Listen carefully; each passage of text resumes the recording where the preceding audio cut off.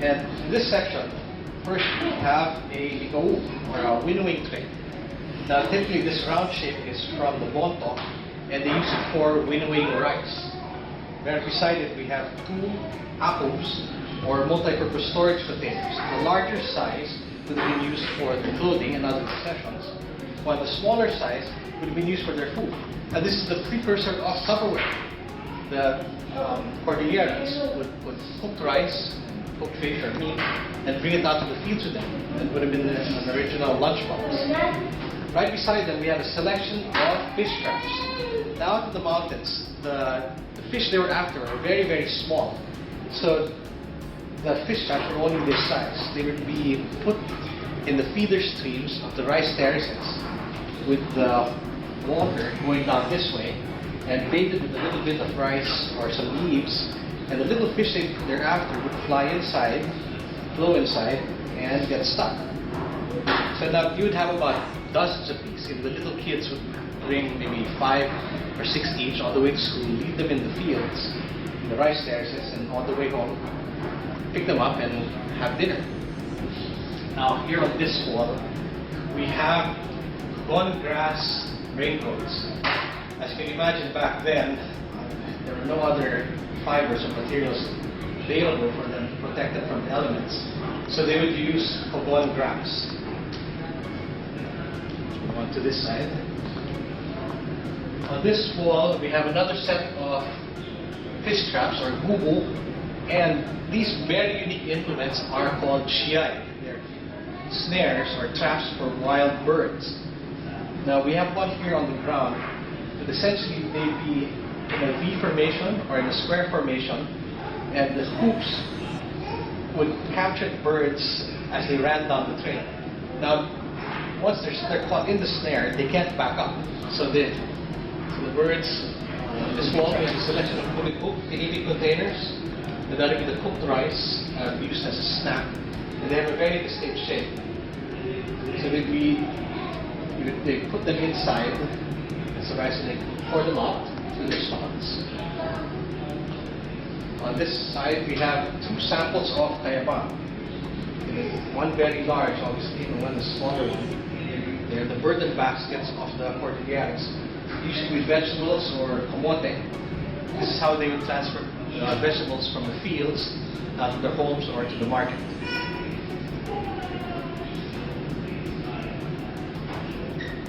Over here we have 3 specimens of locust baskets. There was a time when locusts were pervasive out in the Cordilleras, and they would use them as a source of food. And they had a specific type of basket for them to be stored. As you notice, there are slants in between, so you would breathe. And apparently the locusts were more delicious when they were fresh.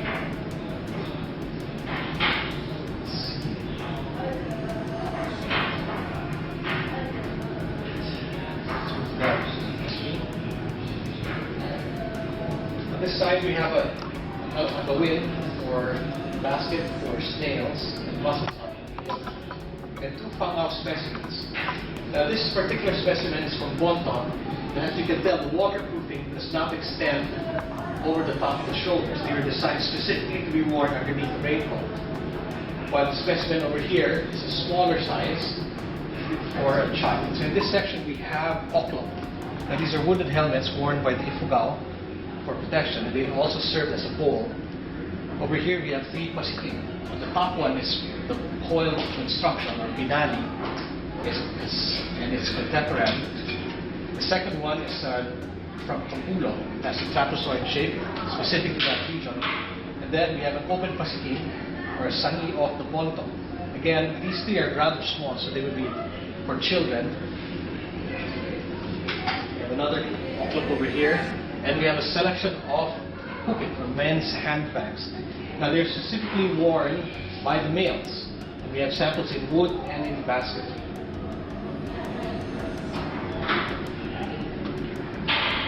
In this corner, we have a life-size specimen of a tinagtago, again from the Bonto. And these are household guardians. The original purpose for them was to be watching the children in the households when nobody was home. This fellow is distinguished by a mask. This this part is removable. It's life size. Over here we have a charm or a door knocker with 3 faces. And that's for good luck, again, to watch the household. And a barn door, usually used for their granaries. In this section, we have a takna. Now this specimen is from Bontoc, a household architectural piece, literally to hold up walls. On the top, we have a harsha, again from the Ifugao. And there's their house support beams to keep their homes square. And the stylized animals underneath were used as hooks to hang their possessions.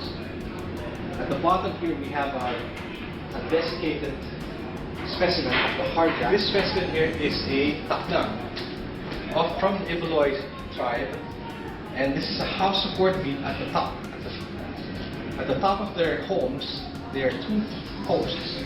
And they're called queen posts because, well, there are a pair of them. If there are a single post, they would be called a king post. But this specimen is a queen post or taknang of the Ibeloy, with a stylized snake. This fellow over here is a kinabigat or king post. Again, a major support beam in a Ifugao home.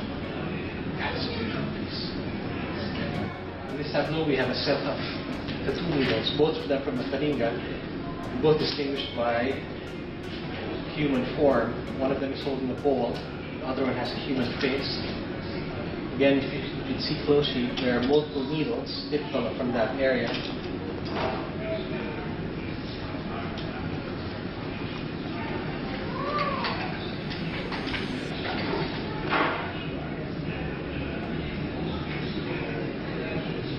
Here we have a selection of tools. On the left, we have a set of rice cutters used for harvesting the rice stalks in the fields. The rice stalks would be standing this way. The knife would be held in the right hand and grabbed in that motion, pulling it across the blade. Beside it, we have a set of weaving tools used to push the rattan through the basket, and carpenter's line tool.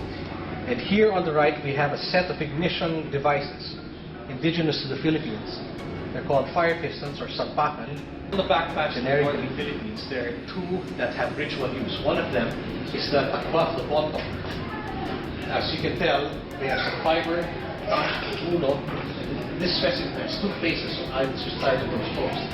Now these were representations of their ancestors and the repositories of the sacred artifacts. That we have over here, we have a sample of the artifacts used in the Dangte and Begmas rituals. We have a spoon, we have a cup, we have some feathers from previous rituals, and the bones also from previous rituals. This specimen is a bangao or bangay of the Ifugao. This is bangi or a beet fiber arrayed in a shingle pattern and specifically designed to repel the rain. What we have here is a primitive example of rainproofing. This is another raincoat, again of the Ifugao, and this specimen is an Ibn Nutan. Of the 2 ritual backpacks in the northern Philippines, the Ifugao Ibn Nutan is again an ancestor figure and used in various healing and burial rituals. A series of 4 load carriers, and this is how they would transport their goods out in the mountains. The rocks and a case of beer. But here we have a series of 4 load carriers. In this section, we have a beautiful selection of rice guardians or bulud, traditionally carved as pairs, 1 male and 1 female. They had a specific purpose to guard the rice in the granaries after harvest. Sejai, saka imagine nga Dr. Bibali, say guru, nagtakot ito, nagtakot alima, ngibot, sana sa irespeturan siya, kasi balikan naman ni kaya hindi naman bukatan siya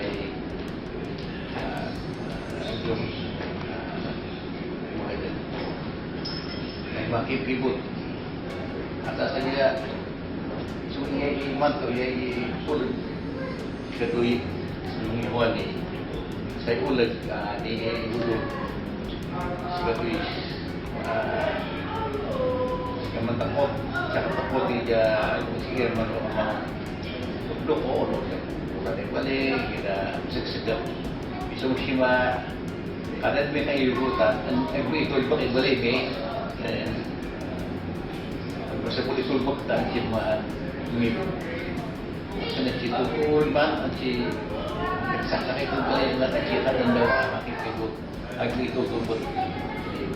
Yang kena cara di pagi naman pun siapa tok tapi belum makan. Siapa mata yang berdetak.